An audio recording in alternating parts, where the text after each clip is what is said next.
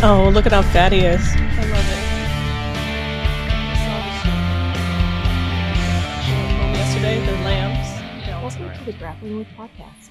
Dr. Chris Hardy and William Walker will take a deep dive into topics covering wellness and prevention, performance, recovery, and injury management. Our mission is to provide the latest science-based information to help you get the most out of your grappling The journey, non-vagina both corner on and over there. off the mat, and help you overcome any challenges you may be grappling with. Dr. Hardy is a licensed physician You may and want to BJJ bleed today. practitioner, but the contents of the podcast are meant for educational purposes only and should not be taken as medical advice. Please seek out personalized care from your own medical provider prior to implementing any medical treatment or intervention. All right. Welcome back to the podcast. Today we have Olivia on the desk and with my spouse, Carrie, the other Dr. Hardy. And we're going to be talking about women's health. The two boys are going to be stuck in the corner over here. Yep. Yeah. So, and If you've got an Audi, you're over there. Okay. And, some people might wonder, why we're talking about this kind of stuff. What does it have to do with grappling or jiu-jitsu? Remember, we're trying to optimize your health off the mats too. So, And girls do jiu-jitsu of various ages. yeah. And you can also, friends and family could also benefit from some of the information as well. So anyway, I'll stop talking and take it away, Olivia. It's up on you. Take it away. All right, Carrie, how about you take it away? Hey. Well, obviously I didn't do enough damage during the first time I was on, so we'll try harder this time. And this is going to be the Vagina Monologues, part 2. So just in case you want to know what that looks like, there's a cross section on the table. Mm-hmm. Morena's an IUD company. Don't worry about that. So we're not advertising necessarily for anyone. And just a quick little note that for other people that want some information about natural hormone solutions, Dr. Schwartz, she's also on, she's a gynecologist in the East Coast, like the New York area, but she's part of the Peptide Society that I belong to as well. And she's pretty brilliant. So this is an interesting little book for lay people, and not those people sleeping on the streets, but the general population, for them to take a look at. So today, we talked about guys last time, and hormone optimization and how that might help them overall. Today, we're going to talk about women's hormones and optimizing. And I've had some conversations off the mats about different hormone things. So we're going to kind of go over some of those things and help women training, not training, try to get to a better place with their health overall. So, and you brought up a good point when we were getting all set up. This is for biological women, not to discern or not to exclude those that are transitioning, but this is more for women that were born women and that are having struggles with maybe performance or hormones. And so that's the aspect we're going at from here. Hormones for transitioning and staying in transition is another whole nother topic that is probably beyond the scope of this podcast in general. So hormones, women's hormones. So when we talked about last time, women's hormones and men's hormones are exactly the same. We make all the same hormones. It's just guys make a lot more testosterone and DHT, and women make a lot more estrogen and progesterone in general. And so hormonally, there's very few distinctions between us, except for the levels at which we are producing those hormones. Hormones become really important for teenagers, for young girls, some as young as 9 years old, when they can start having periods. And hormones continue to be important way until we die. And we'll talk about the various impact of hormones in general, about where they're important, about where we can see some different dissimilarities as we go along. So hormones, for most women, I'm a little surprised that they don't understand their bodies a little bit better. So they don't know what hormones are going on during what phases of their cycle. Yeah. And I had a conversation not too long ago with a lady going through menopause, and I was going through her labs and we were talking about hormones, and she goes, well, what is estradiol? And I was a little taken aback. I'm like, what do you mean? Like, what do you mean you don't know what estradiol is? So we had to go through and explain why that was important. So the big hormones that are really important for a normal menstruating female that cycle are LH and FSH. So those are hormones that are released from the pituitary, that little dangly portion in your brain that we talked about last time, and come down and stimulate the ovaries to release an egg for fertilization. And then, and that happens right around ovulation. And then after ovulation, there's a huge spike in estradiol and progesterone to try to help get the placenta or the uterus ready to receive a fertilized egg. That is, and so that's the cycling that we're talking about hormones. So that LH-FSH surge, and that's also what's being measured when women are trying to figure out whether or not it's time for them to have intercourse so that they can conceive. And then estradiol and progesterone for maintenance of the uterus. And those are the things that we look at when we're looking at hormone imbalances for women. Okay. I mean, I gotta be honest, I didn't actually know what estradiol was until probably recently, because you just know estrogen primarily and then sometimes progesterone, but you don't really hear about, I feel like. Right. And so in general, in medicine, when we talk about estrogen, there's actually 3 estrogens. There's estradiol, which is the most predominant one, and that's the one that's typically being tracked for hormone manipulation and making sure that you're in balance. Also is super important, like we said, for maintenance of the uterus, but also there's estriol, which is a very weak estrogen, and estrone, which I think we really don't know a lot about. The estriol is being used frequently for women postmenopausally to help correct some hormone imbalances, so they're not getting such a huge hit of estrogen or estradiol. So, Is one of those the bad estrogen? No. So what happens when they talk about bad estrogen? Here we go again, making things completely too simple. So, like Chris talked about, there's no good or bad cholesterol, it just is, right? Mm-hmm. So it's the metabolites of these things. So it's the metabolites of the estradiol that becomes problematic for things like breast cancers, et cetera. Okay. And we'll talk a little bit more about hormones and breast cancer in just a little bit, because as I was preparing for this, there was some really interesting findings, which leads me to question why are they so concerned about hormones when women reach menopause? And that was based on a really bad study done in the late 1990s, early 2000s, the Women's Health Initiative study. Interesting. Okay. Yeah. So when we're talking about women's health and we're talking about what do signs of imbalances look like, we're going to kind of break this out into stages in our life. So as teenagers, especially once we first started having our periods, yes, as a teenager, you can still get pregnant. So younger girls that are listening, and you think that, oh, I just started having my period, so I can't get pregnant. Not true.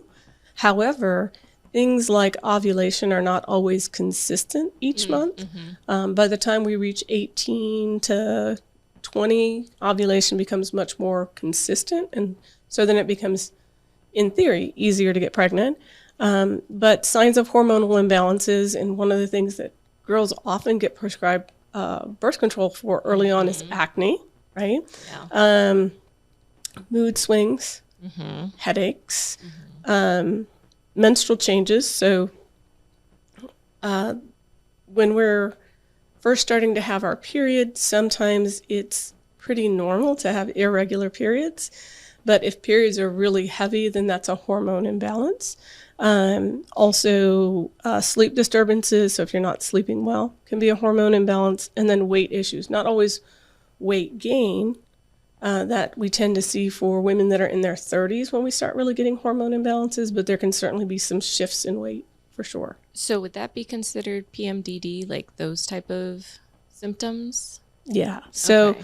yeah. So, the psychological community has done a really good job of trying to put everybody into a little box like, Yeah. oh, we have these symptoms, so this is what you have. Mm-hmm. So they can then prescribe you something to help treat it, when maybe we just need to do a little bit of hormone balancing. Okay. Yeah. Why do you think there is that hormone imbalancing in young, like when you first start? Great question. So the body's still trying to figure some shit out, right? So it's not, we may not be ovulating at the same time. It's still trying to figure out like estrogen surges, LH, FSH surges. So, and the ovaries are still trying to mature. And the ovaries is a site where we're getting estrogen production as well as testosterone production. So I think because the ovaries aren't as mature as they should be just yet, that's why we start seeing some of these imbalances early. But then we also have, Chris, I believe you already talked about this once before, obesity and estrogen production. Yeah, you're talking about the aromatase Yeah. from fat cells. Yeah. Yeah, we did. So Okay. as a society in general, we tend to be heavier even in our younger ages. So there's more kids with type 2 diabetes. So that also, that extra adipose tissue is contributing to some hormonal imbalances as well. So some of this could just be the body needs to just get into a natural rhythm, and some of it could be due to diet. Yes. Okay. Yeah, for sure. For sure. Okay. And then once we start getting into our 20s, if you've already had a child, some people feel that those hormone imbalances present as postpartum depression. And it's pretty normal once you've had a child. And we have that huge drop in estrogen because after you deliver, that just is going in the toilet for a little bit, that we have a little bit of depression, right? First week or so. It's when it gets beyond that, like we're a month or two out and you're still just like, oh, I got the baby blues, and you're just crying. That's not necessarily normal. So we need to help you put those hormones back into balance. Night sweats, especially around the time of ovulation or right before menses start. A lot of women will start having those hot flashes like menopausal women get, but only predominantly at nighttime. Obviously, infertility is a huge hormone imbalance, and that also leads us kind of to the PCOS picture, which is a hormone imbalance as well. But the interesting caveat about the PCOS piece is that there's some researchers that are feeling that it is it's an evolutionary advantage for some women to have PCOS because then they're having children a little bit later. So there's something perhaps with that testosterone excess that may be helping them. Hey, Carrie, can I Yeah. interrupt you just Yeah. for the listeners? PCOS is polycystic ovarian Syndrome. Okay, Correct. just want to Correct. point that out. And that typically is characterized as women tend to have some insulin resistance that's going on. They also tend to have a lot of acne. They can have problems with weight, and then infertility as external non-ovarian things that you would normally see in someone that has PCOS. But doing an ultrasound, they'll see that there's numerous cysts on the ovaries themselves. Facial hair too, right? Yes, otherwise known as hirsutism. Thank you. So facial hair, excess facial hair, not just on the face, but they can have it on their abdomen, around the areola as well. That's the nipple area for you guys that don't know areola. So they can have excess hair growth in places where they don't want it. Does endometriosis fall in the hormone? It certainly is. It's not necessarily a hormonal imbalance.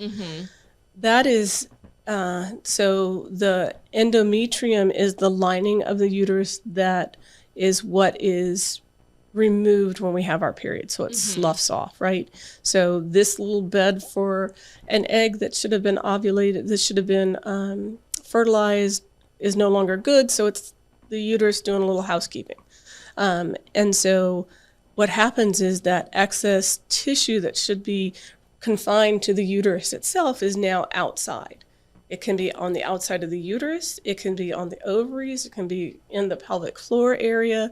There are some people that are finding it on some of the large intestines, and they think there can be some what we call extrapyramidal sites that are even involving like some of the nerves of the low back.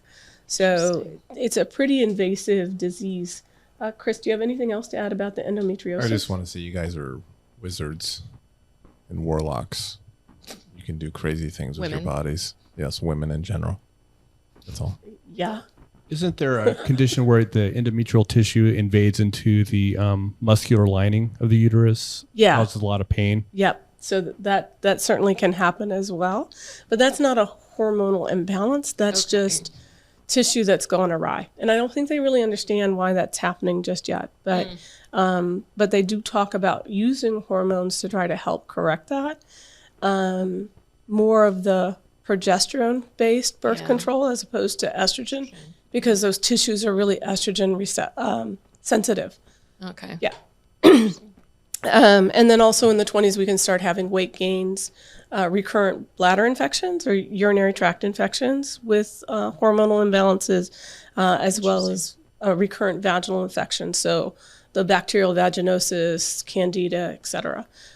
Because interestingly enough, hormones in general, and we'll talk a little bit about this when we talk about birth control,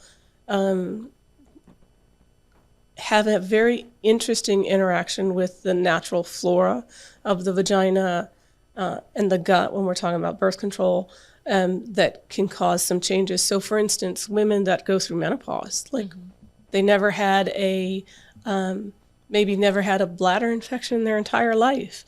And then they go through menopause and all of a sudden that pH and the microbiome in the vagina changes, and now suddenly they're getting recurrent bladder or vaginal infections. So Carrie, that's a dysbiosis of the, like the vagina area and the bladder. Just so you actually have a change in your the flora. The more specifically, just the vagina. So I don't know about the microbiome of the bladder. That's an actually really interesting question that I don't know. Okay. But of the vagina for sure, right? Oh, because the vaginal opening and the opening to the urethra are so short. So they're thinking there's that transient movement. Okay. And it's a hormonal change that causes that dysbiosis then, and that just means change in the resident bacteria. Dysbiosis. Yes. For those of you listening, dysbiosis means a negative change. Yes. Yeah.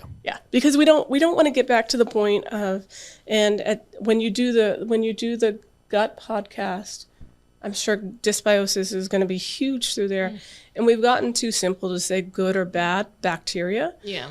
When there's no such thing, right? So there's some bacteria that when they get in excess can cause pathology, but in right populations can be contributors to the overall health. Okay. So we've gotten too simple sometimes in medicine where we've broken everything out into parts and then made it good or bad when it's not really. Yeah. Yeah. It's not so black and white. Exactly. And then by the time you're in the 30s, some signs of hormonal imbalances can be more bloating, even worse, PMS or PMDD symptoms, a lot of breast tenderness. Women can also start noticing maybe some more lumps in their breast, and those aren't always indicative of a negative pathology like breast cancer. It's not uncommon for women in their 30s, late 20s to the 30s to have what we call fibroadenomas. And they're like little dense breast tissue that kind of feels like the end of a pencil eraser. They can be painful, and they typically are more noticeable right around the time of menses. And so that, again, is showing a little bit of hormone imbalance, as well as more weight gain, and and increased irritability are all portions of having some hormonal imbalances. And then by the time we're in our 40s, then we're really starting to look at those menopausal changes. And so we're back to kind of some of the things we talked about with guys, like lack of sex drive. For women, there can be vaginal dryness as hormones begin to change, and pain with intercourse, more weight gain, hair loss, that mental fogginess goes along with that. So all those kind of menopausal symptoms can start as early as your 40s. I was like, so many wonderful things to look forward to. Exactly. But if we keep you in balance, we don't have to go down this road. Well, you know what? I keep hearing this a lot when I see things on like other doctors on Instagram and other places saying that PMS symptoms are common, but they're not normal. Is that? That is true. Okay. That is true. So I had a new patient last week, and she came in and she didn't realize like it wasn't normal to have really heavy periods and be a complete bitch. Like she thought everyone went through that. Well, I mean, you're kind of, that's, growing up, like everyone knows, like it's like, oh, it's that time of the month. Like I'm going to be, a little cranky, a little irritable, on edge. Yeah. I used to. Okay. I regret that. I used to tell Chris every 28 days I got nice. So yeah. So he was used to the bitch more days than not. So no. That's why I married you. Exactly. Well, okay. So if it's not normal, what should a period look like? Like how should you feel then? Like what would be like normal? Not the extremes, Okay. right? Right. So Not the you extremes. can be crampy a little You bit. can be a little crampy. So It almost sometimes comes off as like this should be a peaceful transition where you don't even know it's happening. well, hopefully you would know, because you don't want to be, we're coming into summertime and everyone likes to wear white. So we don't want to be out wearing our white gi and suddenly you're like, Yeah. it's a murder scene in my pants. So we want to, you should know, right? Like, so periods should be fairly on time. Mm-hmm. You might feel a little bit of cramping, but it shouldn't be something that's interrupting your day. Where you're just like miserable, laid out. What about from like an nauseous, or energy can't- perspective? Not from any perspective. It should just be like So your energy should be consistent. pretty consistent. You might You're feel gonna a have little bit of a drop. a little bit, but you still should be able to get through your normal day. Does that include on the lead up, like the week before? Yes. Because I personally notice that I get like more fatigued, like tired. Mm-hmm. Just talking about jujitsu, like strength decreases, energy decreases, pain tolerance decreases. So, Yeah. but that, And there still might be a little bit of an imbalance for you, yeah, but nothing huge, right? Yeah. That still doesn't mean that you should just be okay with it, right? Yeah. So there's some women where they're like, when you talk to them, history about their periods, well, what are periods like? Oh, so they came every 28 days, didn't really have any cramping, no heavy bleeding, like it was just another week in their life, right? Other women, they're like, oh, I have to stay home from work the first 2 days because I'm bleeding through my sanitary supplies every hour. That's not normal. Ladies, that's not normal. Or they feel completely wiped out, or they have huge mood changes. Those are things that we should look at for hormonal excess. And here's where I fall a little short too, because we follow these guidelines for what they say normal is based on where you are in your cycle. So unlike guys, when we did your labs, it's just a diurnal peak. Like we want to catch guys first thing in the morning because that's when testosterone spikes. But when we're looking at women's hormones, we have to put those into relationship to where they are in their cycle. So there's considered normal ranges for the follicular phase, which is that phase from menses until you ovulate. There's a hormonal range for ovulation, and then that luteal phase from after ovulation until you start your period. So when we look at hormones, that's where we're looking at those, is trying to put them in relationship to your cycle because they do change. But I'm still not convinced that the levels that we have are accurate. And if you're having symptoms, even though your levels may look normal, then we should probably do something to try to fix those. Okay. As in, yeah, like whatever the labs are using for the range isn't necessarily optimal. Yeah, I don't think so. Okay. I don't think so. So for instance, like we talked about with the guys, like they say anywhere from 250 to 1100 is normal for testosterone, right? Well, for women, what they say is normal for testosterone depends upon whether you're premenopausal or postmenopausal. There's one lab, and I think it's really quite funny. They say that for a postmenopausal female, it's okay for you to have no testosterone up to like 50.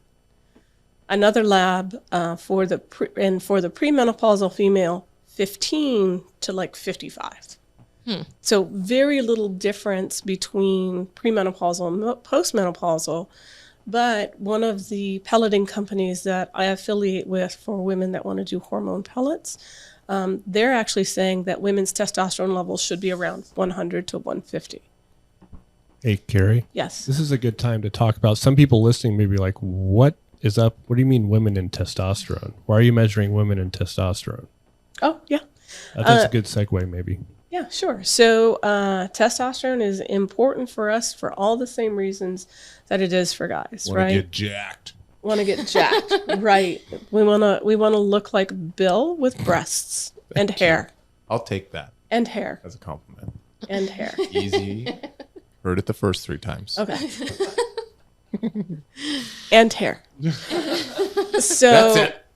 testosterone is super important for depending upon kind of where you look. There's some new evidence coming out saying that it's good for breast health overall. It's good for cardiovascular health. It's good for bone health. It's good for sex drive, helping maintain muscle mass, helping to maintain a healthy weight. So all of the same things that it does for men, except for the breast. Well, I guess breast health too. You guys have boobies. They're just smaller.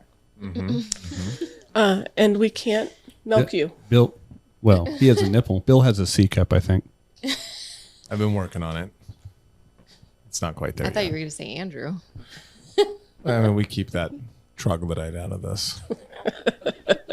So testosterone is important. And also testosterone naturally converts over into some estradiol as well. So again, where these hormones are coming from, so the LH and FSH, those are coming from that pituitary, that portion off the brain. The ovaries are making the testosterone and the progesterone, or the estradiol and progesterone. And so when we go through menopause, we're losing everything. We lose everything. And so that can be devastating for some women. Yeah, I mean, I know just from some of my family members' experiences, it's, a train wreck. It's horrible. Yeah. Absolutely horrible. Yeah. My sister, because I had asked her, my sister's a little older than me, and I asked her, I'm like, well, how was menopause for you? She goes, oh, one day I just stopped having my periods. I was like, that happens? Okay. Cool. And so that was the only thing that was an indicator for her that she was in menopause, is she just stopped having her periods. But you brought up a good thing about like energy and how you feel and menses. And so that was one of the questions you and I had talked about offline was, are there changes in hormones that impact activity or performance for the athlete, for women? And the short answer is we don't know yet. It seems to be pretty variable or pretty individual. So for you notice a drop in performance. You notice a drop in how you feel overall. But the few studies that they've done, it's not been consistent that women, that this phase of your cycle can depend upon your exercise. And one of the researchers, in part of their conclusion, brought a really good point. Like, there's women that compete on a professional level where you see that they have like personal bests or they win gold or whatever, regardless of where they are in their menstrual cycle. So I think it's more about hormone balance than it is about where you are necessarily within your cycle. Yeah. It just seems like there's like this new kind of, and I don't know if it's just, something that people want to sell, like a new idea, but it's definitely something I'm hearing more and more about, like changing your food based on where you are, what phase you're in, follicular or luteal or ovulation. And that you should change your workout routine, change your, food, but like protein intake. I'm like, that seems like a lot of work every month to be like, okay, this week I'm going to eat, 40% of my calories will be protein, but then next week it's only going to be 20%. Yeah, I don't know. But they think that like, that's the way to like optimize, like.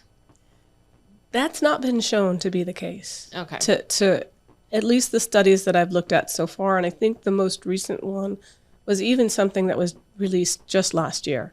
So it was either 2020 or 2021.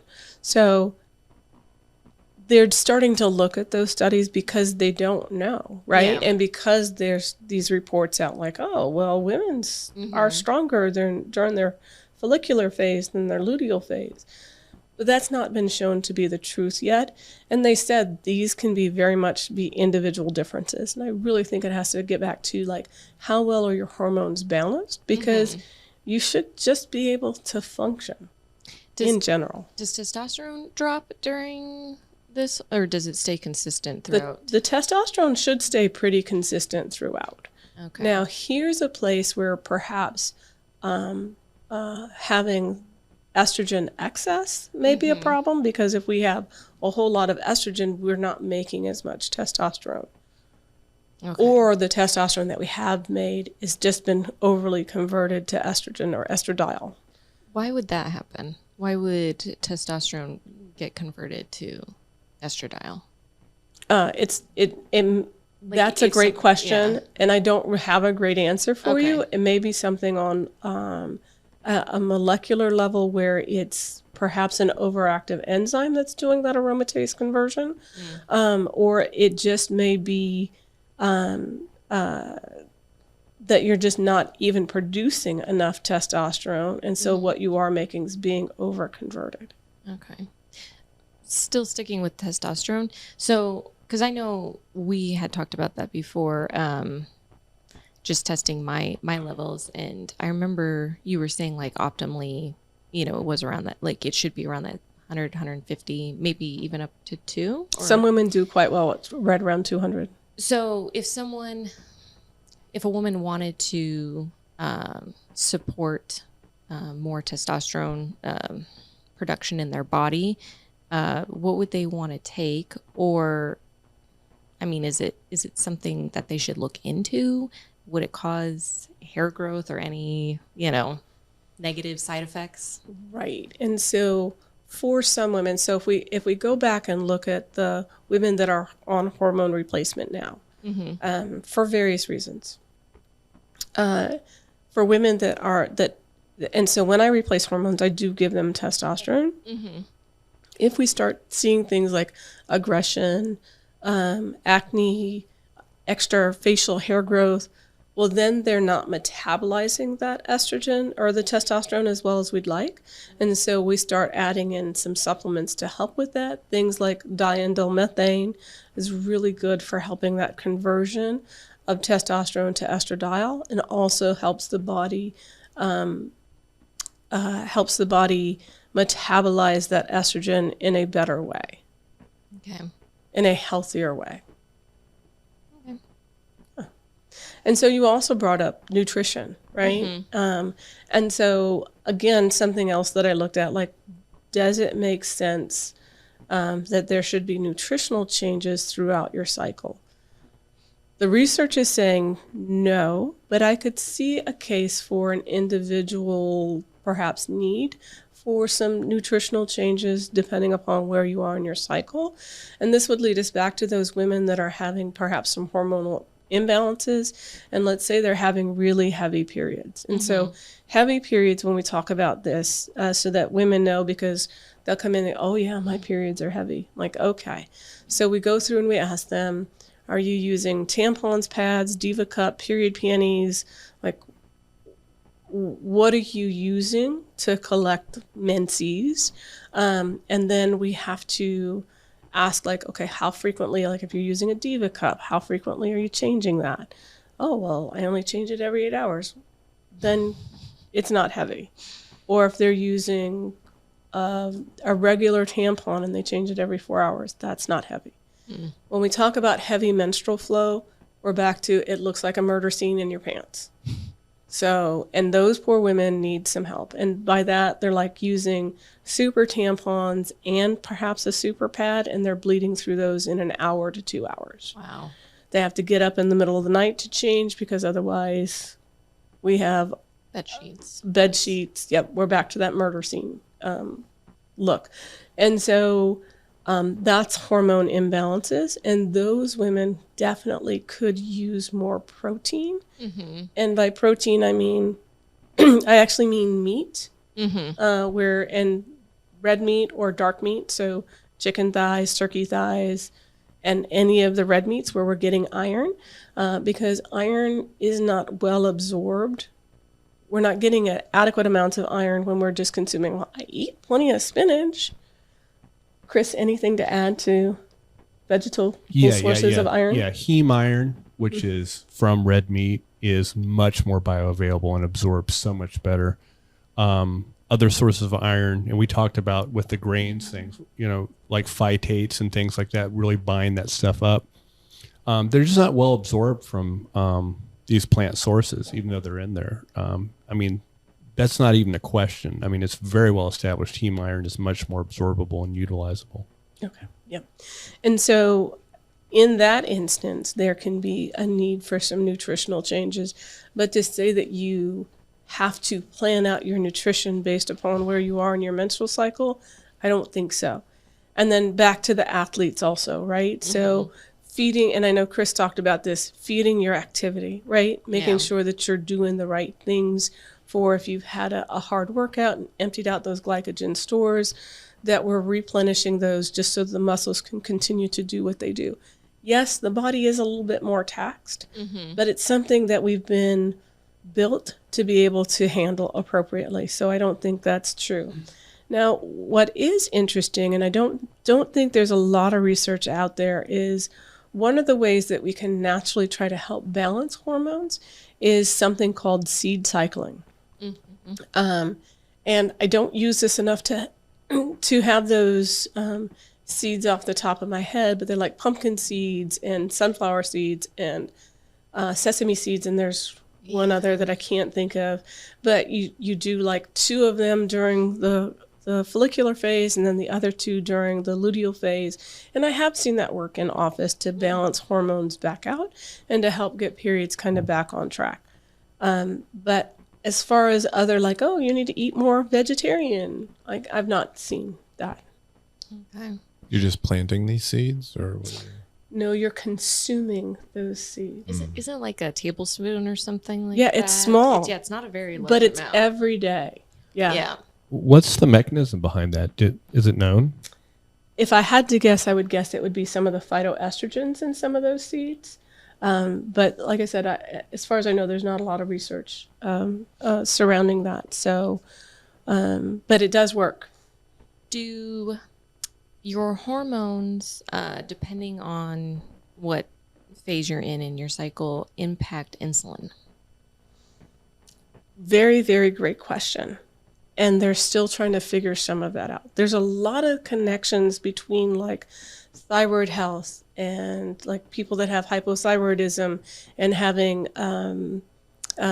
infertility issues if that thyroid isn't well controlled, that we still don't understand a lot about. And I think that research is still coming out. But there is research about a connection between estrogen and insulin sensitivity. But we still don't have all those mechanisms just yet. Okay. So unfortunately, for a lot of the great questions that you have, it's like we're still waiting to hear some of these answers, because they haven't thought enough about that. When they think about things like insulin sensitivity, or when they look at a lot of like cardiovascular research, unfortunately, a lot of it's done in men and not in women, and they don't take into account like menstruating female versus non-menstruating female, where you are in your cycle. And those can be some confounders, but we're not quite sure what that looks like just yet. Okay. Is it okay if I bring up fasting? Yeah. Fasting with women? Yeah. Okay. Should women intermittent fast?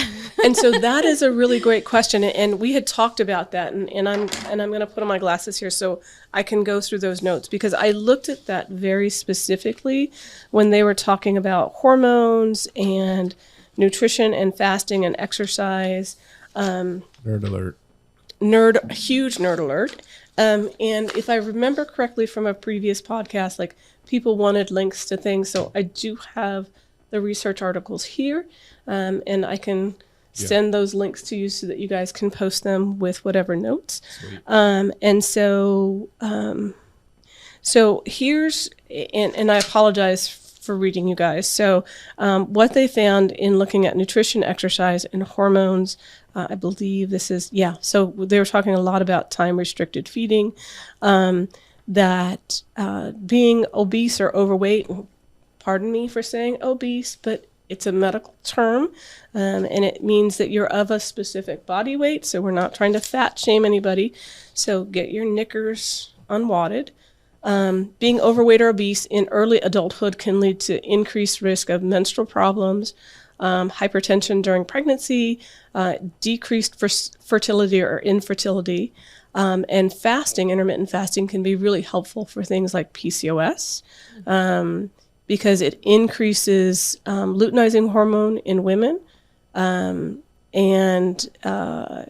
that caloric restriction seems to help with that estrogen stimulation and regulation. That weight loss of even just up to as little as 5% to 10% can make a huge difference in normalizing ovulation and fertility. And then when we look at intermittent fasting, it's broken out into kind of it encompasses three different things: either alternate day fasting, a time-restricted window, which is what most people think about for intermittent fasting, or what was the third one? What's the third one, Chris? Like prolonged fasting, but no, I'll find it. They broke it out into three different types. Alternate day. Oh no, so alternate day, all day, or time restricted. That's what it was. And so just an 8-hour restricted window can help improve symptoms with PCOS. And they used actually a 16-hour fast with that 8-hour feeding window for 5 weeks. And they showed improvements in just menstruation overall, increases in testosterone and sex hormone binding globulin, and increase in insulin sensitivity. However, some of the research, when they looked at it, they were showing that for some women, like some of the weight loss may not have been enough, and it depends upon where you are in your age. So women that were premenopausal, so adolescents up to like 40, 50 years old, they actually needed a longer time with intermittent fasting and or HIIT training in order to see appropriate weight changes, where like up to 12 weeks, where guys were seeing changes in like 4 weeks, right? Yeah. But women once they got past menopause, they were starting to see something that was more in between that 4-week to 12-week time frame, where they could start seeing weight reduction and hormone changes in hormone balances. Yeah, that's a really good question, Olivia, but I just want to put things in context. So when we were talking about intermittent fasting before in women, we were talking about athletes, and the stress cup and that whole 9 yards. We're talking here about people that are already obese, significantly overweight, and the benefits of that time restricted eating for weight loss and to resensitize insulin far outweigh, the negative effects. Yeah. So intermittent fasting in a relatively lean, a very active female would be a different situation. So I just wanted to bring that point out. Well, and that's a great point, is making sure that we're trying to normalize everything that we can. So this was work done by Klimpel and his group, and they looked at intermittent fasting and the high intensity interval training for women. And they were using actually alternate day fasting, making sure that women had breakfast the very next day after their fast before they did their training. And intermittent fasting with HIIT training increased weight loss and performance, but the HIIT training alone wasn't sufficient enough to cause any statistically significant changes. And then the body shape changes we already talked about. And then there was another meta-analysis in 2020 that was just talking about menstrual cycle and exercise performance. And they were saying there was no global trend that they could see, like menstrual cycle impacted exercise. So the intermittent fasting isn't a bad thing, but like Chris talked about in intermittent fasting before, we've got to make sure other things are optimized, like what is sleep like, because cortisol, which people don't realize, is also part of that hormone cascade. And so it comes off of pregnenolone. Pregnenolone will make progesterone, and then progesterone gets converted into cortisol. And so if we're pushing things off to the cortisol pathway because we're stressed, then getting the benefits of some of those androgenic steroids, androgenic hormones, isn't going to be there for us because we've pushed a pathway too far in one direction and not allowing it to flow as well as it could between like progesterone and cortisol, and then DHEA, testosterone, estradiol. Okay.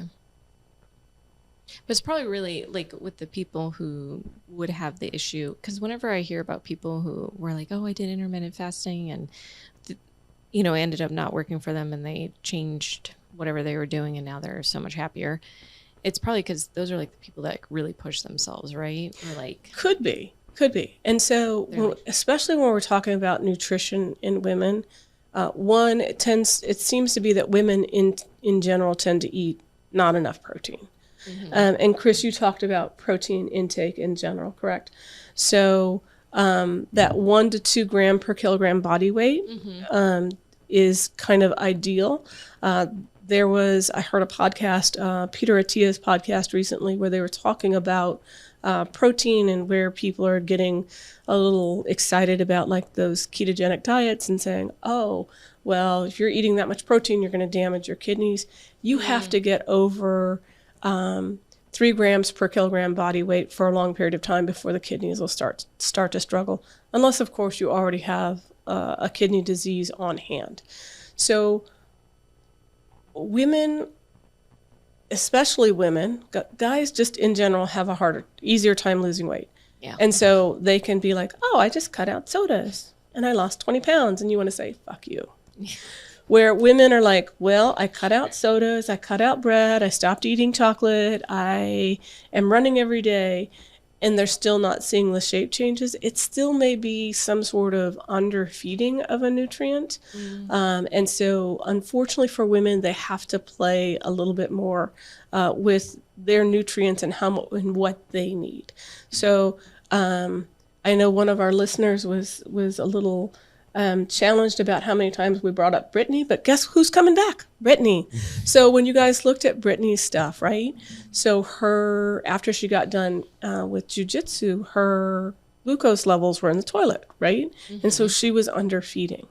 And that may have been one of the causes why she wasn't getting the shape changes she was hoping to get. So unfortunately for women, we don't have a little like, oh, just go eat keto or do intermittent fasting. We've got to play around with that a little bit and see where we are. We just had this experience I think it was just yesterday, the day before, where Olivia yelled at me. And I'm sure you deserved it. not I a don't even chance. remember. You said, "Where are my damn abs?" Oh, I did yell at him about that. I was looking a little lean that day. And she was just pissed off because I probably had Monster cookie ice cream. And then Do you know what he ate before we pulled in the driveway? Was it just one thing? 2. Okay. Caramello and outrageous. And he's drinking a Red Bull. Mm-hmm. And he's got another one in the car. You know, so basically our female hormones, though, are geared towards holding on to weight. Right. So if we look at it's called the athlete triad for female athletes, and it's osteoporosis, infertility, and anorexia. Correct. Yeah. And so those women, like the long distance runners, or if they're super lean, the body's like, you're not going to be able to sustain a pregnancy. You're barely keeping yourself afloat. So we're out. Yeah. And so their hormones are just kind of down regulating because they're not, the body doesn't have enough nutrients to keep what it needs to keep. Yeah. And a point on this that I think we're going to talk about when I do a podcast on obesity. I thought you did lectures. I don't do lectures. Bill got me on Okay. that one. No, we have conversations about it. Okay. So remember, there's a leptin thing that's produced by fat cells. Leptin is a hormone that basically signals the brain as far as energy stores, like, do I have enough energy on board?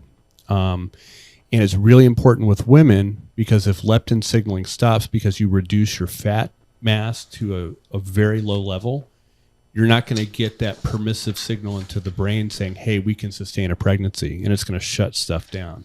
So that is a feedback directly from fat cells, and that's why women, general, even a lean athlete, will have significantly more percentage body fat than a male one would because of the the ability to have children. Yeah. So that's the unfortunate part with all that responsibility and power. You have some problems too with, there's a trade-off, right? Yeah. I remember looking at things before where it's like a bodybuilder gets down to like, I don't know, 4 or 5% male, but women, they're in the double digits no matter what. Right. And I think it's just hard in this day and age with Instagram and everything, and like the modern day woman, you want to be athletic, you want to be toned, you want to, have that a certain aesthetic, but we forget that our bodies, they're the only goal that's in mind during a, certain period in your life is, can we, sustain a life, basically. Exactly. And here's where, and this is more of a societal thing, right? And we do a huge disservice, and we've kind of gone too far the other way also. So as to make sure we're not fat shaming anyone, everyone's beautiful, and they are beautiful, right? And I'm not taking that away from them, but there's healthy. Yeah. And there's unhealthy at both extremes, too thin, too fat. That's just the plain, simple truth. Yeah. You're unhealthy at both spectrums. And so having something where you feel good, you feel like you look good in your clothes, that's what's important, and not just dismissing or not just trying to get to looking like this person. They may look good, but are they healthy? Probably not. Yeah. Or I don't have to work like that. I can look like this, and that still isn't healthy. were you pointing at me right there? If the fat fits. Okay. So we as women, unfortunately, I think we're held to a much higher standard for aesthetics than men. 100%. And then, unfortunately, our children pick up on this, right? And so one of our friends, our mutual friends, concerned about weight, and they were bringing it up a lot, and they didn't really realize how much they were bringing it up. But then their child was like, I don't want to wear this because I look fat. Oh. and there's nothing on that child that's fat. And you're like, okay, I've got to dial this back. So we've got to start just having conversations about what's healthy. Yeah. Yes, we want to look good. That's how we attract mates. That's how we reproduce, right? Some of them we just like, I don't know how that ever happened. But I think she was looking at you, Bill. I don't know what. It wasn't me, hopefully. no, I drugged you. We're good. And so anyways, so we really got to start thinking about being healthy. Yeah. Because if you're healthy, it's going to show everywhere else. So. Yeah, I would agree with that. I'm sorry. I'm off my soapbox now. No. I think it's super. I think that's one thing. Like, of course, I grew up looking at the Vogue and all those magazines, and like, why can't I look like that? And I was this little round donut-looking child, and did horrible things. But I mean, even just Chris and I, like, we can sit down and have the exact same meal. Unfortunately, I can eat as much as he can, although I shouldn't. But he can go out and do a hard session of jujitsu and lose 5 pounds. Whereas I'm like, okay, it's been 3 months and I lost 5 pounds. Yay, right? And so there's some of us where we just have to work harder to get the goals that we want, but we shouldn't drive so hard that we're becoming unhealthy. Okay. Sorry, this is kind of like a... We'll go wherever you want to, honey. It's your party. Well, I'm just thinking about like hormones and like, so as you get older and you get towards into like the perimenopause and menopause, it's gone. That's okay. So I kind of think maybe I know where you were going with this. It becomes much harder for us to lose weight. Yes, that's we where become a little fatter, and that's because we're starting to lose that estrogen, and as those ovaries start to not function as well, we're losing estrogen and we're losing testosterone. And so that's why it's important for us to go back and replace what we've lost. And again, I'm not trying to make you, for women that are getting hormone replacement, I'm not trying to make you a 21-year-old female, although you may feel like that. The goal is to help you just feel better, right? And there's no way that we should be running around feeling like shit because our hormones are too low. And there's just how you feel about yourself also impacts how you feel in general. So that whole negativity bias, right? You guys haven't talked about that, have you, Chris? In the stress, no. I think I brought negativity bias up a little bit, just how we're kind of wired as humans. Yeah. To kind of focus. You can have 100 positive comments and one negative one, and you're going to focus on the negative. It's just kind of how we are. I know you're probably going to get this, but I think something that I've seen even among my colleagues, our colleagues, is that there's a big resistance to replacing hormones in women after menopause. Like they're scaring them to death. And is that something you're going to be hitting on? So, why is that? I kind of think we'll go ahead and throw it in. I just didn't want to make it too terribly long as a podcast, but we go back to that whole Women's Health Initiative study that was done in the late 90s, early 2000s. And what they did is they gave women only 3 different types of hormone replacement. They were all based off of an estrogen based off of a pregnant mare's urine, which produces, every pregnant female produces a lot of estrogen in your pee. That's how we know when you're pregnant, right? We take some pee and go look and ta-da. And so there's also HCG in there, but they were only using these highly synthetic forms of estrogen that do not mimic our own. And they gave it to a bunch of women without correcting for confounders, without grouping these women like oh, you're still within a realm where we should do hormone replacement, that it can be beneficial. And then they came up with all of these issues like breast cancer, cardiovascular disease, and a whole bunch of other things. So they stopped the study and then decided that this was bad for women, and decided that women just didn't need hormone replacement. And even today, some of our colleagues, Chris, instead of giving them hormone replacement therapy, will say, oh, here's an antidepressant for you to help you with your mood swings and your hot flashes. Yeah, no, exactly. And I think it's criminal. And what resources do women have to get an alternative view on that? Because I think that was bad science, and it just, people are risk averse, and as physicians especially. And I think I still hear that today. Oh, you're going to kill someone by giving them hormone replacement therapy. Right. And so there is new research coming out when they're talking about hormone replacement therapy. And we'll talk a little bit more about it when we get to birth control pill, especially for younger women, where they're doing oophorectomies, removing their ovaries and fallopian tubes because of a history of one of the breast cancers. That replacing those hormones is actually beneficial for them, for cardiovascular disease, for bone health, for a lot of things. And so where these women can go if they're looking for hormone replacement, if you're here in Washington, you can always talk to a naturopath.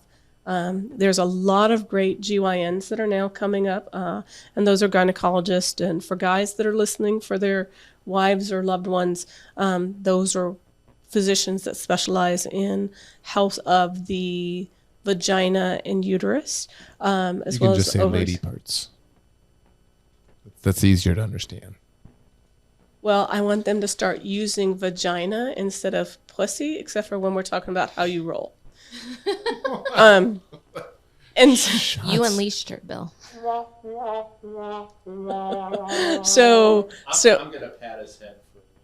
there we go. He'll be better. Just get him another piece of candy. He'll be all right. And so, or they can seek, there's a lot of functional medicine doctors out there that are helping with hormone balancing, understanding that we need the gamut of hormones and not just estrogen or progesterone. The other part of that study, and Dr. Schwartz, she lays it out in very great layman terms about the problems with that study. Also, they were giving estrogen unopposed. So when we make hormones, we make all of them, right? And so estrogen's little friend is progesterone. When we're replacing one, we should replace the other. Now, they do say that if a woman's had a hysterectomy in which their uterus and ovaries were removed, more specifically the uterus, that you don't have to give them progesterone because we're not concerned about endometrial cancer for unopposed estrogen in those women. But if you're coming to me for hormone replacement, that's what you were born with. Yeah. That's what you're going to get. Yeah, So, that makes sense. yeah. Okay. That answer your question, Chris? Yeah, thanks. Okay. So it's an old study that has stuck, but more people are starting to actually look at science that isn't as flawed. Is that like the women's health version of good cholesterol and bad cholesterol? Yes. That just won't go away? Yes. Okay. Yes. Yeah, I think a lot of women are just scared of getting breast cancer and stuff like that, and so they think, that it's bad. Right. And so that brings up a good point. And this is kind of something what we were talking about earlier with estrogen metabolism, right? And so not only is it the type of hormone that you're getting, so you want something that's more closely similar to what you naturally make. So if you can afford something coming out of one of the compounding pharmacies, that's a much better aspect to go than if we have to stick with insurance. If we stick with insurance, we only have access to estrogen and progesterone. But with the estrogen, at least we can get estrogen patches. And that way it's not requiring the liver to break that down. And then we don't have those troublesome metabolites that could be causing the breast cancers. Makes sense. Okay. And just because you may have a family history of breast cancer doesn't necessarily mean you're going to get it, right? So when we're talking about genetics, it's about everything else that comes into play. So that's just a recipe. Someone has to come in and make that, right? Yeah. So these are lights. They'll always be lights, and they're not going to do jack shit until you turn that switch on. Same thing for genetics. So there has to be some sort of trigger for those genetics to come out for many cases. So, yeah, so that's kind of women's hormone replacement. And if we want to talk about that in more detail, we certainly can. But since more of our women are probably more normal menstruating women, we're going to kind of switch gears a little bit and talk a little bit about birth control. Yes. So, my little caveat for birth control, I want women to be safe. I want to make sure that they're not having pregnancies that they're not ready for or don't want. So yes, I do prescribe birth control pill. However, there's some things that we need to discuss about it.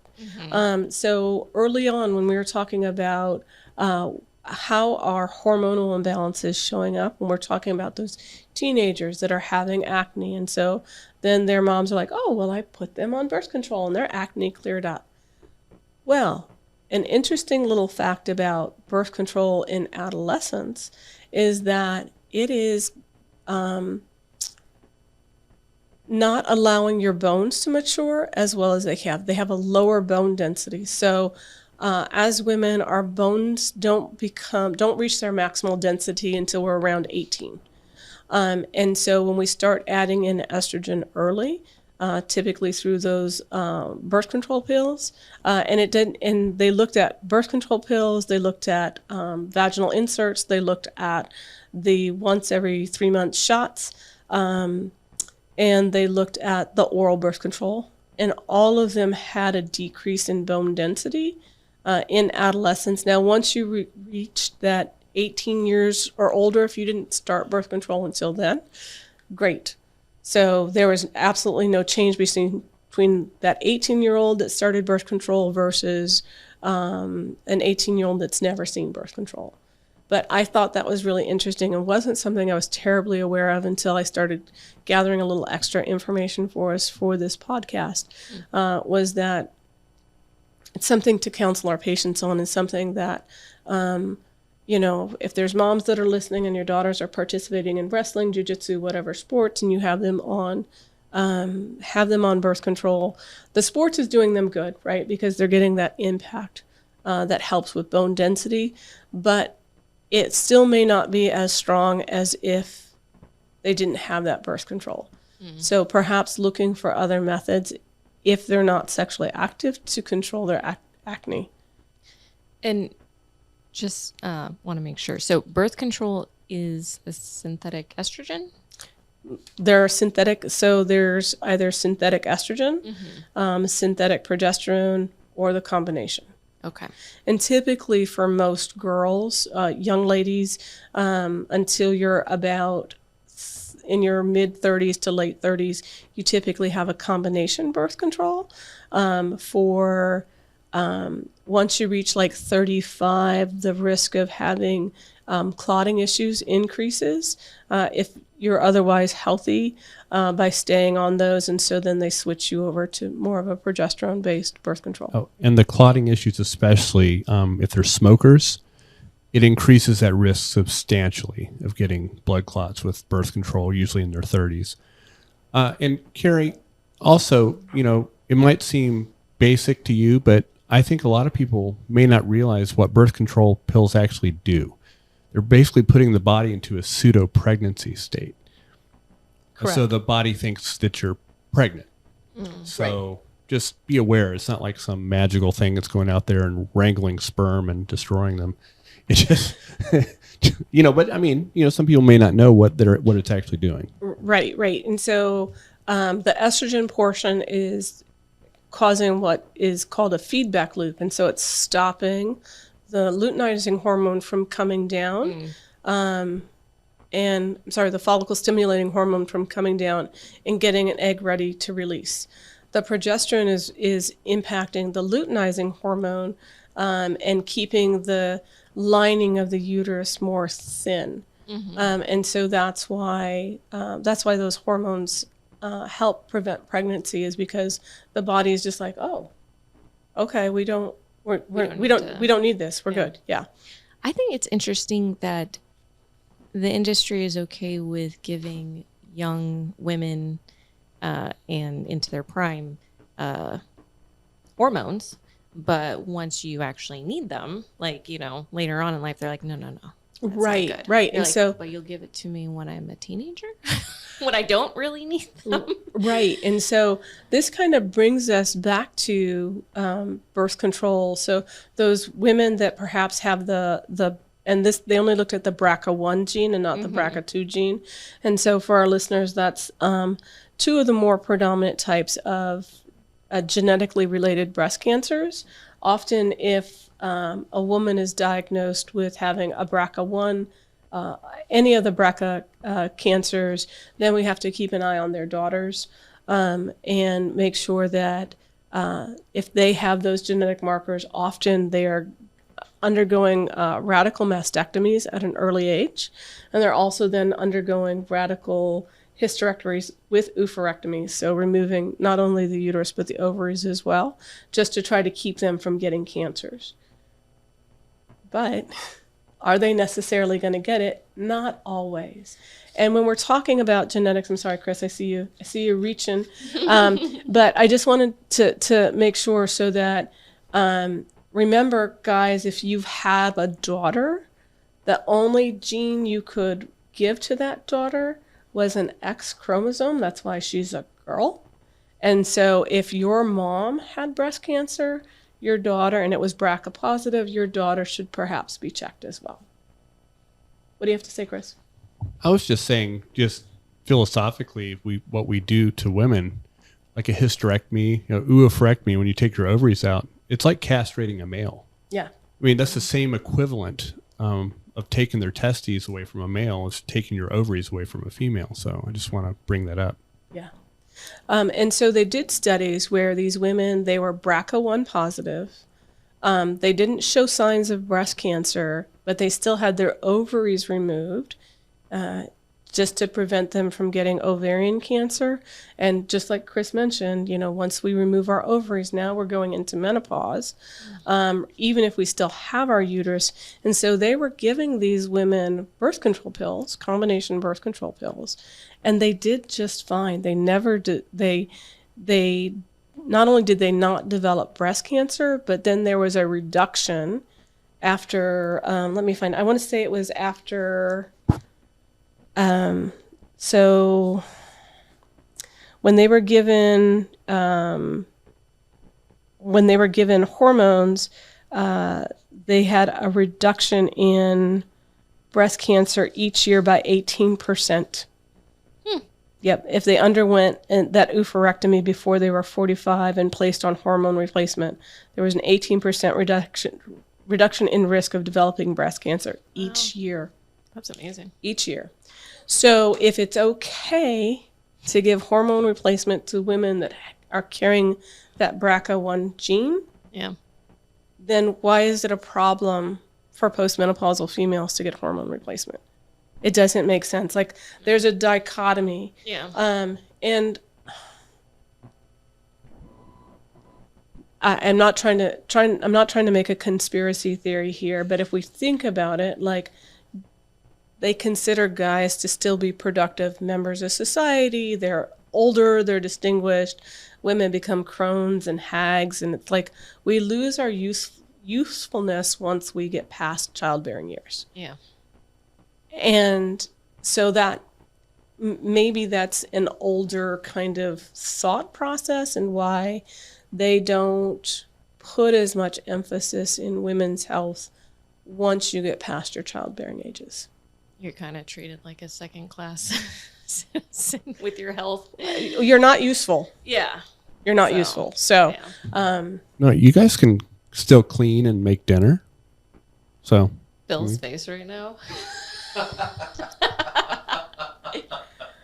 Yeah, I'm just going to poison you a little bit when we go to bed. So it's okay.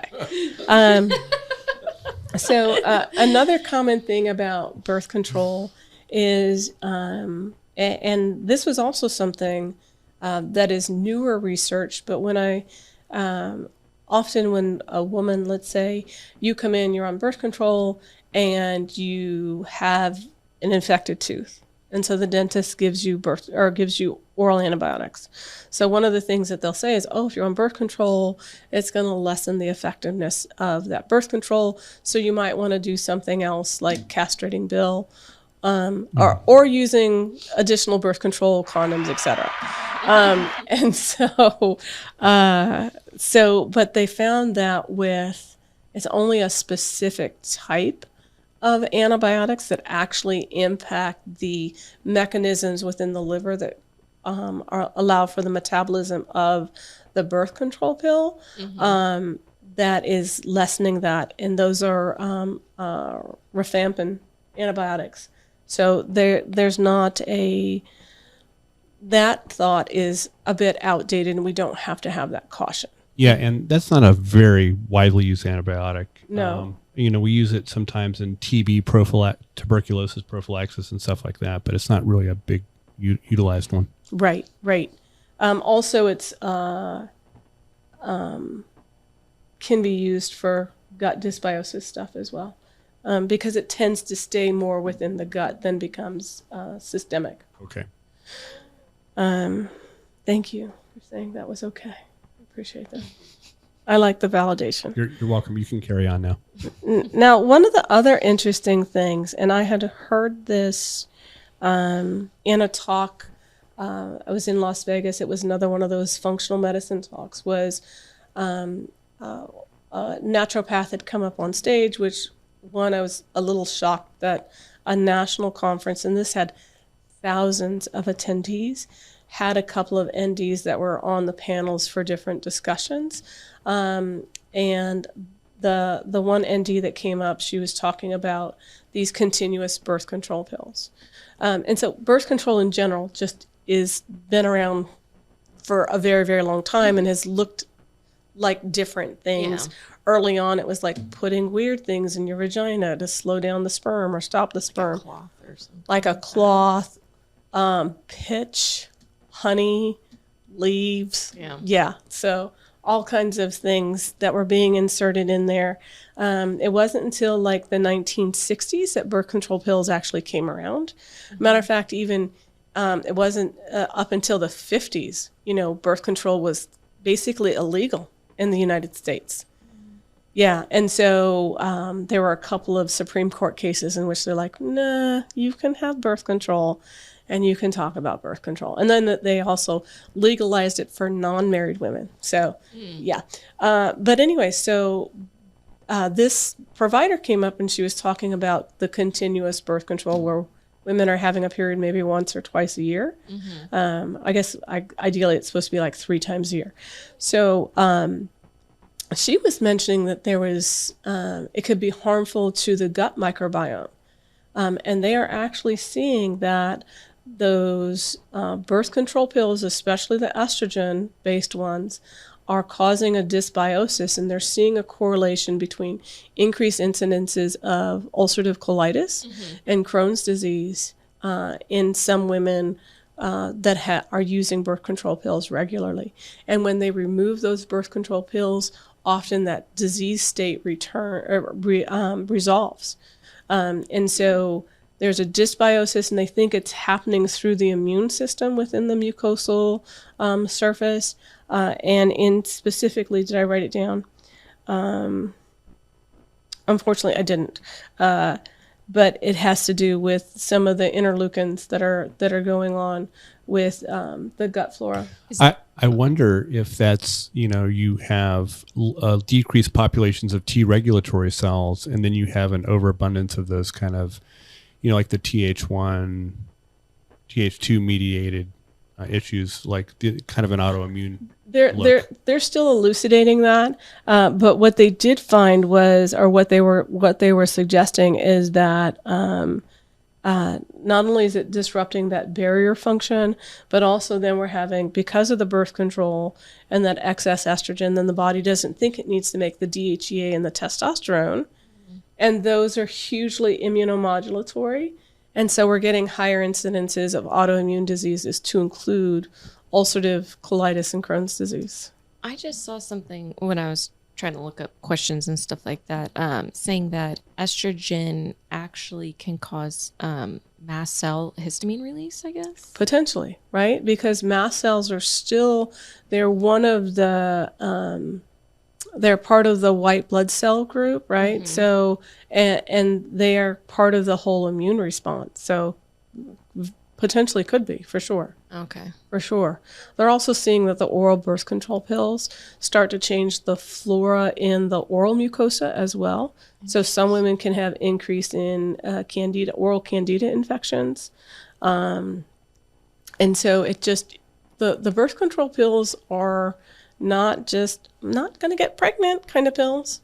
They have other serious health impacts. Well, and yeah, but that's exactly how they kind of portray it. Like, oh, it's no big deal. Like, everybody's on it, and like it's Tylenol or something, which I know Tylenol is That's a whole nother story. But yeah. But, you know, like something that is over the counter or something that everyone takes, and it's just kind of known and everyone has. So for decades now that, you know, there's no negative side effects, basically. It doesn't. And if anything, they're like, oh, yay, I can control when my period is and all this stuff. This is great. Right. And a friend of ours was on the continuous birth control for decades, having migraine headaches, bad migraine headaches, like having to call out for work a couple of days.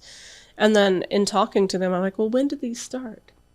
They actually started when they started on birth control pills. And then they went on the continuous birth control pills, and their migraines weren't just associated with menses.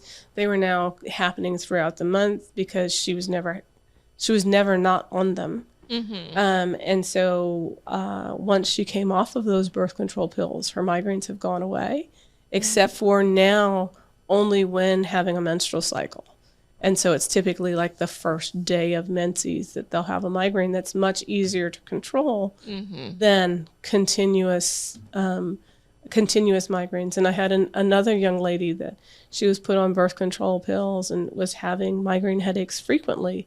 And, you know, they were going down this whole list, and she had a full neurology workup, and they were trying all these different medications.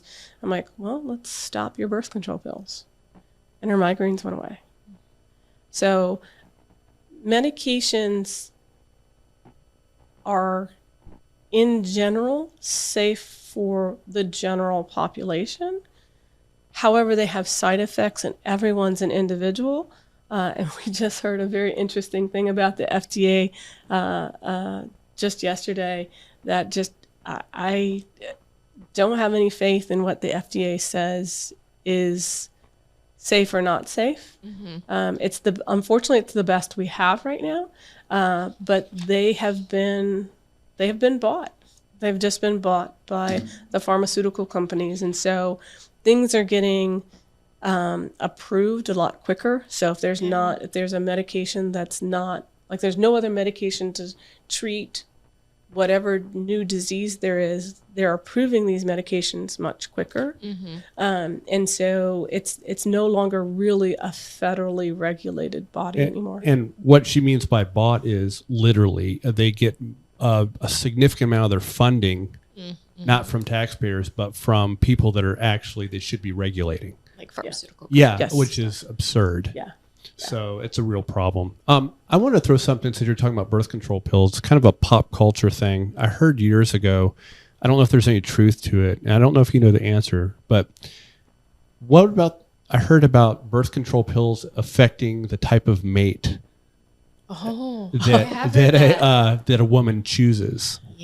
Yeah. Talk to me about that a little bit. And unfortunately, I didn't look into that. So there's two things that I didn't look at with respect to birth control pills. Was one, has the type of person that a woman that's on birth control pill that she's drawn to, has that changed over time? I seem to think so, but that's just best guess. But the other thing that I didn't look into that was a huge issue, especially when I was doing some of my endocrinology research, was the excess estrogen that's being peed out from these birth control pills, ending up in like waters and impacting fish. At one point, I do recall that there was a journal article out about that. That was like in the 90s. But I think maybe that's not the case anymore, but I'm not exactly sure. So waste products of birth control pills may still be an issue. Yeah, but what I heard, and I never looked into it, of course, is that, women on birth control pills, the report was they're choosing more of a let's just say non-alpha type of guy. Yes. Is it just that, or is it also, I think I heard that it's that, but is it also those particular men are also attracted to them because maybe they're not giving off, you know how like during a woman's cycle, like right around ovulation, like they're usually like looking like glowy and like their best, like their skin looks usually really good, everything. And so they're kind of giving off this aura, but women who are on birth control do not do that. Yeah. That's what I read. Yeah. And so it's a great question from both of you. And I don't know the answer, but it just, I haven't looked into that, but I bet there is something to I it, think, though. I think some of our dudes are looking a little Tyler-like. Obviously you weren't on birth control pills when you met me because, obviously I'm not a beta. So, well, a little personal story. So when Chris and I moved up to Baltimore, I got a job with the Army working for a deployable unit. And I'm like, well, fuck, I don't want to have my period while I'm out in the desert, right? Like that's going to be miserable. So I actually tried those continuous birth control pills. I was going to lose my fucking mind. Like that was just, I've never felt so batshit crazy in my life. And then stop them. No, honey, I was not. I was trying to trap you. well, yeah, I mean, obviously I'm not a beta, so. Well, no. Debatable. He's not. Trust me. That taint is long. He's not a beta. We measured. I noticed that last time I had him in north-south. I was like, this is an unusually long taint. So that is north-south, but technically they call that a 69. So I don't know what the fuck you were doing. I thought I was going for a choke, but...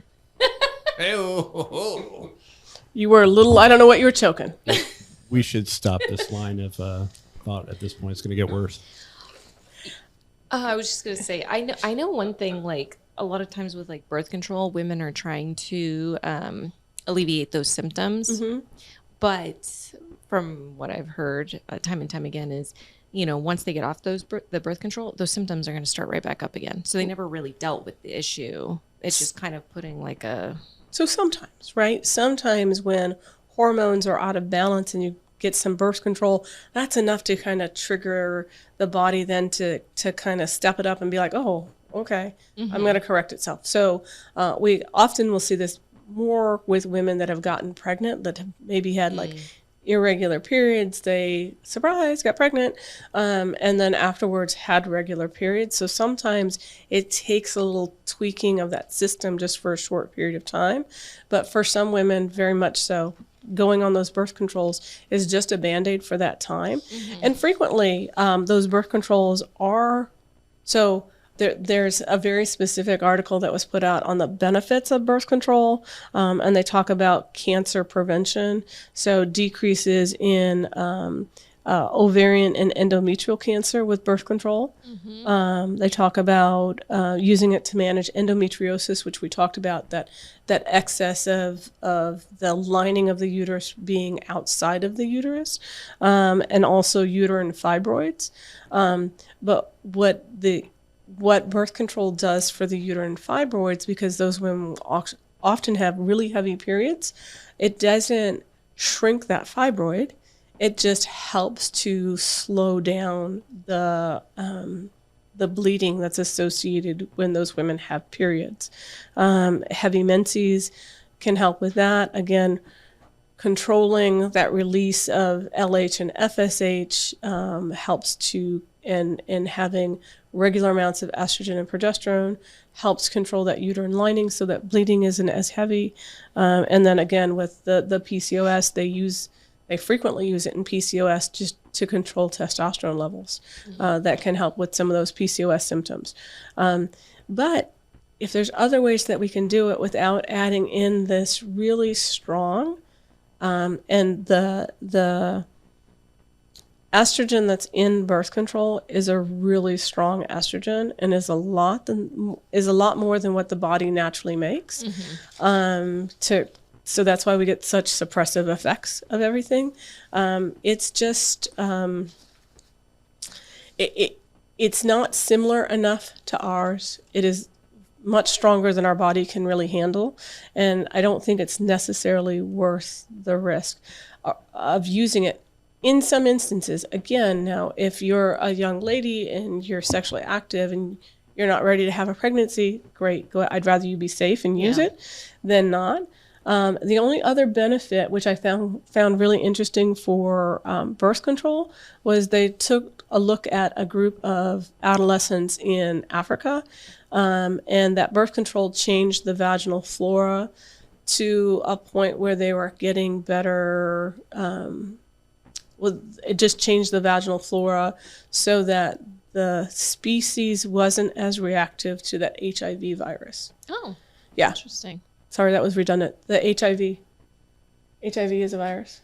Yeah. Yeah, it's in the V. The V is the yeah. virus. But we always say HIV virus. It sounds like the birth control pills, the way they're used primarily for other reasons besides not getting pregnant, is like a sledgehammer, and it seems like there's a more sophisticated way, if you really kind of have the knowledge and look into it, to handle some of these issues without just kind of hitting with that big hormonal sledgehammer, so to speak. Right. And so this is where, unfortunately, as we talked about before, medicine has become very algorithmic, so that if you have X, you get Y. They don't really look to see where the imbalance is. How else can we manage this? Is there something in lifestyle? Are there nutritional deficiencies? Are there other ways that we can do this? And then outside of naturopathic school, nobody's learning about herbs, something that's more natural that can be more helpful to correcting some of these imbalances.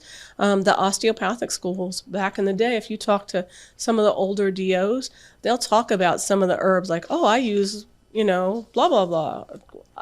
The very first one that I came into contact with outside of Chris, I went to a prolotherapy conference. And there was this older West Virginia osteopath, and he was talking about he runs a family medicine clinic, treating some children like, oh, well, they had a cough, so I gave them cherry bark. I was like, how do you know about that? I was just so shocked. But the older DOs, their body of medicine was very much rooted into something much more naturopathic. And so it takes a little bit more understanding. You've got to understand some of the herbs and where they can be helpful, and timing of things. And even if we just go back to something like the seed cycling, not growing build, but actually eating the seeds, can be super helpful in putting some normality back in some lives. Yeah, even, I'm not an old DO, so... But in my osteopathic school, I think by that time, the pharmaceutical influence still was super prevalent. And the only way I learned about this stuff is going to an integrative medicine fellowship, Right. After I was a practicing physician. So it's a real problem. Yeah. That actually is, I was going to ask, is there anything else that people could take, or women could take, to support getting rid of excess estrogen besides DIM or seed cycling, or maybe support the liver? Yeah. And so DIM is kind of our go-to, right, to help with that healthy metabolism. But liver support is always great. And there's some people, like, we have crazies in all professions, right? And so they talk about like doing clays or doing binders, and that can be a little much. So if you're eating well, right, some of the fibrous vegetables can certainly bind up some of those excess hormones and help you excrete them through feces. That's pooping, Bill. Or you can do other things just to directly support the liver, things like dandelion root, milk thistle. All of those are super supportive for the liver so that it can do its job more effectively. But we have to go back to some of those lifestyle factors also, right? So if we're worried about excess estrogen and we're trying to help the liver, but you're eating nougat candies and ice cream and Cokes and having bread all the time, the liver's got to deal with that shit too before. Yeah. So cleaning up your life a little bit goes a long way. Not yours specifically, but cleaning up one's life goes a long way with helping the body get back into balance. So you're just saying you're glad Bill should be happy he's a male. Well, that's. Or do you have problems, right? Well, the man boobs suggest maybe something else, but You had to bring him up. you brought him up. You said you were a solid C. No, That's true. he You said I did was that. a C. I said I'm working on it. Okay. Okay, there's two more things. So with, I know that I've also read that bowel movements are important for getting rid of excess estrogen, and that if you're not regularly doing that, it can get reabsorbed into the body. Is that correct? I don't know how much actually gets reabsorbed back through the colon, right? Okay. So when we talk about regular bowel movements and moving things out, that's everything that's gone from the small intestines now in the large intestines and ready to be released. But if we're not moving things through the system appropriately, then things are sitting in the system longer. And so if things are sitting like in the stomach or in the small intestines longer, then that I could see the case for reabsorption as opposed to being reabsorbed through the colon. Okay. But if you're not having regular bowel movements, there are probably other issues that are going on. Yeah. And just kind of speaking of overall women's health, here's something that's really interesting that sometimes can get missed with women when we're talking about gynecological issues, whether it's ovarian cancers or something going on at the uterus. So if you're having like frequency in urination and don't have a bladder infection, or if you are having a lot of like lower abdominal pain that gets relieved with having a bowel movement, someone should probably take a look at those ovaries and see what's going on, because there may be a pathology that's underlying that that needs to be addressed. And so for women, things aren't always cut and dry. Sometimes our gynecological issues can manifest as GI issues. Interesting. Okay. Can I bring it back to the bowel movements? Yeah. So, interestingly, Okay. because you were saying it gets to the point where it needs to be released. That just sparked my life, because Andrew will send me video messages of him on the toilet. No, he does not. He does. No, he doesn't. And it will be dead silent, and then he'll just go, "Release the hounds." And it's like that scene on Dumb and Dumber. You know what I'm saying? At this. When he said I've not seen that movie, so What? No. Okay, well, we're showing you a clip Okay, after. well, Okay. I'll show you the clip. It's hilarious. okay. The toilet's broken. He didn't know it, and he had a rush of the He had hounds. some excellent- Okay. And so he just yells that, and then I can hear the hounds being released, and then he stops the video. You're such a liar. Okay. You're a liar. Thanks for sharing. Yep. He's sorry. got some solid poo if you can hear it splash. It's not necessarily the solid poo. It's more of the volume and the pressure behind it. Oh, well then we gotta talk with our friend, because that's not healthy either. Well, that's That's part not of it. That's not healthy either. Yeah. Yeah. Well, Yeah. you've Okay. seen his areolas, so you know what's going on. Those are dynamite. Okay, listener question.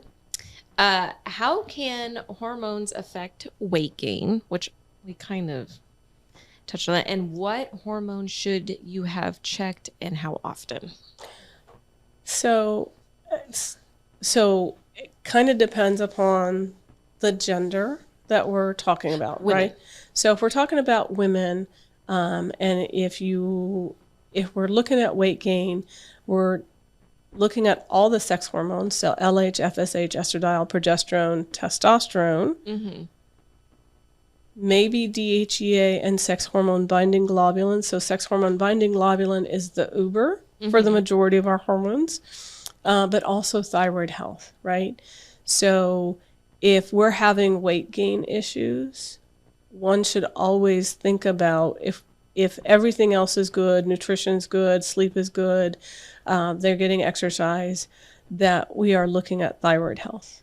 Because if thyroid's not working well, one of the hallmarks, and not every woman that has Hashimoto or hypothyroidism has a weight issue, but many of them do.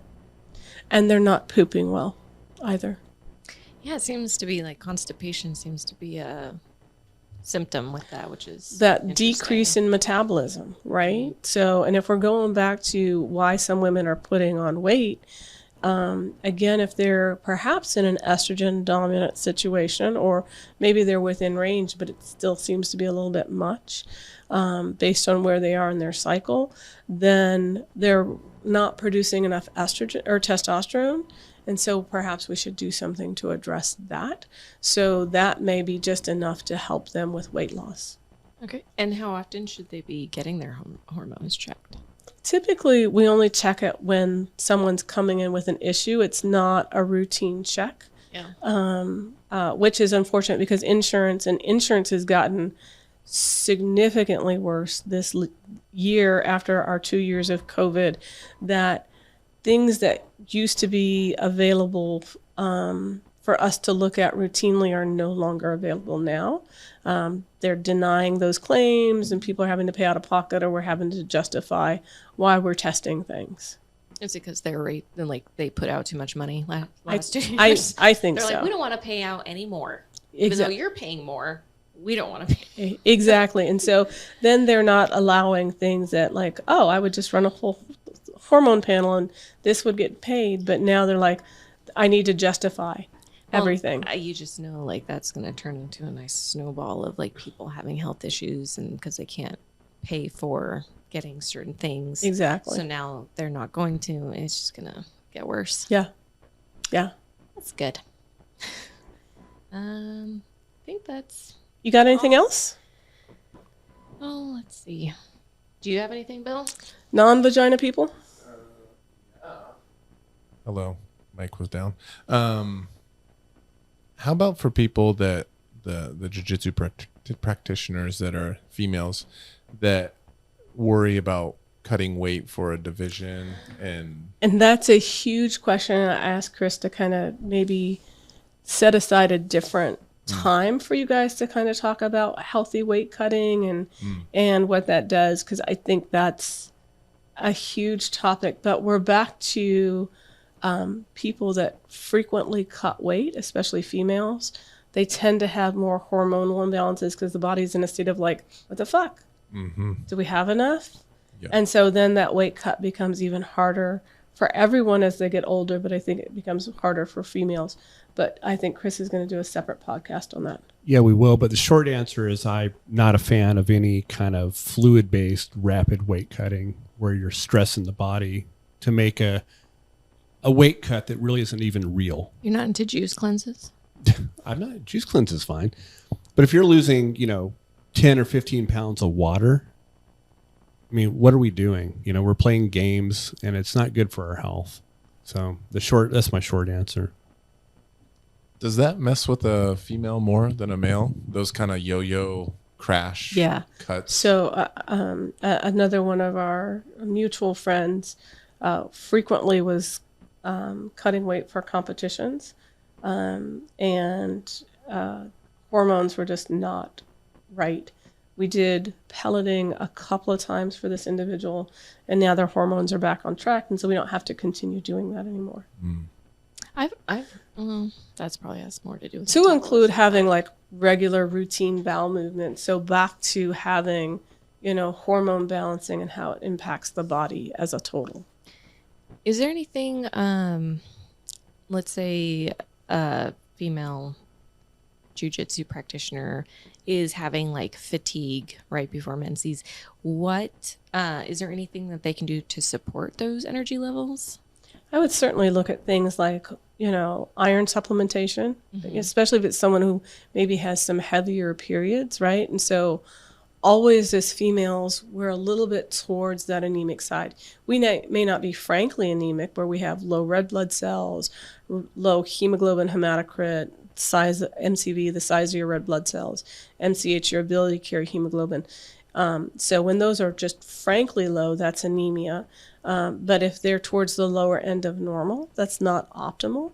And so then having things like maybe a prenatal vitamin or some extra iron before periods might be helpful to pick those levels up so that so that the person isn't feeling as fatigued. Okay. So we do have a friend that asked about juice cleansing, and they hate it. They hate people talking about it. I think they were specifically talking about people that are already in shape wanting to do a juice cleanse. What does that even mean? A juice cleanse. Are we talking about just the only thing I can think of is, oh, I'm like right up on the camera. I look like a psycho more than usual, huh? Okay, cool. So, what are you trying to do with that? Are you trying to give your digestion a break, maybe? What are we cleansing? That's kind of nonsense. Yeah. Yeah, no, but they hear Maybe the processed words foods? juice cleanse and it sounds healthy. I know. I was like, so are we talking about taking it? If I eat like shit all the time, then all of a sudden I do a week of just juice and stuff, I'll probably feel better, I'm sure. But what kind of juice? What are we doing? What's the goal of this whole thing? I have another question. So Well, and so there is, when I first started in naturopathic school, there was this guy that came up and gave us a talk, and he does this whole like water only fasting for like 3 weeks to 8 weeks, I think. And it was his medically supervised clinic, and he was inviting students to come down to do some of their required student hours. And that seems a little batshit crazy to me. But the juice cleanse is supposed to be a period of time of just juicing to kind of help detox the body.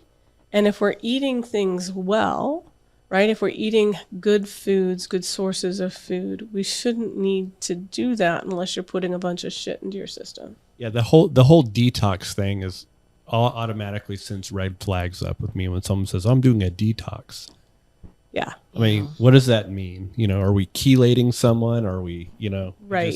It just seems a little new agey, non-scientifically based. And so again, if that person is normally eating the standard American diet, yeah, they're going to feel really good no matter what nutritional change they make. Sure. But eventually you got to go back to eating regular food, and what are you going to do? So. What about the carnivore diet for females? I heard like women need to have carbs. Again, that's very individual, right? Okay. Some women do really well on carnivore alone. Some other women need a little bit of carbohydrate, and then you've got to figure out how much you need. Some people need carbohydrates and some vegetables, right? So there is no one thing that's right nor wrong, except for perhaps the standard American diet as it is. Is wrong. I think is just wrong for most people, because it's not really based on any science, and some of the science they do put behind it is, as Chris has been talking about, kind of fraught with a lot of errors. But in general, what I will say is that most women, if they're not doing carnivore or protein heavy keto, they're under eating protein. And if they ate more protein, they'd probably feel better. Last question. I've seen a couple not just women, but for some reason, in my experience, it has been mostly women.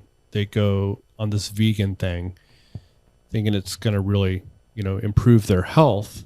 Which again, if you're coming off of just kind of a crappy processed food diet, I'm sure you will feel better. But I would always be concerned about, especially iron availability, other nutrient deficiencies like omega-3s, long chain omega-3s, B12, things like that, which I think are really important for women. So I don't know what your experience has been with that. And I understand the ethics behind it, but there's an ethical thing versus a health thing. Right. As long as we know what we're doing, I guess. Right. And so for those women that want to stay vegan or vegetarian where they're not including fish or eggs, those women, I very specifically make sure that they're doing some sort of prenatal vitamin, regardless of their age, because they're not getting the B12, or they don't have the same access to the B12 nor the iron, and those are essential nutrients. I try to keep soy products away from women until they're post-menopause, again, because there's some mild estrogen receptor modulation with the soy products. And so if we're trying to keep hormones in balance, let's not add in something that's going to muddle the waters a little bit. Post-menopause can be really helpful and maybe cut back on the amount of hormone replacement they need. But yeah, they have to be on some sort of mineral supplementation. Yeah, my only point was if you're doing it for your own personal philosophical or ethical reasons, I completely understand it. But when people, are doing it because they think it's going to be healthy for them, or especially if they're enforcing it on their children. You don't call retard. Yeah. We can call out retarded when it's medically appropriate. Right. And so we're back to making sure that people have the knowledge so that they can make the best choice that's right for them. For the female athlete, especially if they're doing something that's very strength-based, and I'm not saying that we're being gorillas on the mat, because there's a technique is always first and foremost when we're talking about jiu-jitsu, but we want to have the strength to be able to get through our roles. That perhaps being a vegan may not be the best thing unless you're finding a way to replace those proteins in a healthy fashion. Things like pea protein, hemp protein, pretty damn complete protein sources as far as vegetable sources go. But then you still have to add in those other minerals as well. So, we've seen some of those studies, Chris, where they've talked about all these benefits of being vegan, and said, "Oh, look, how these athletes were performing," but they only looked at a very short window.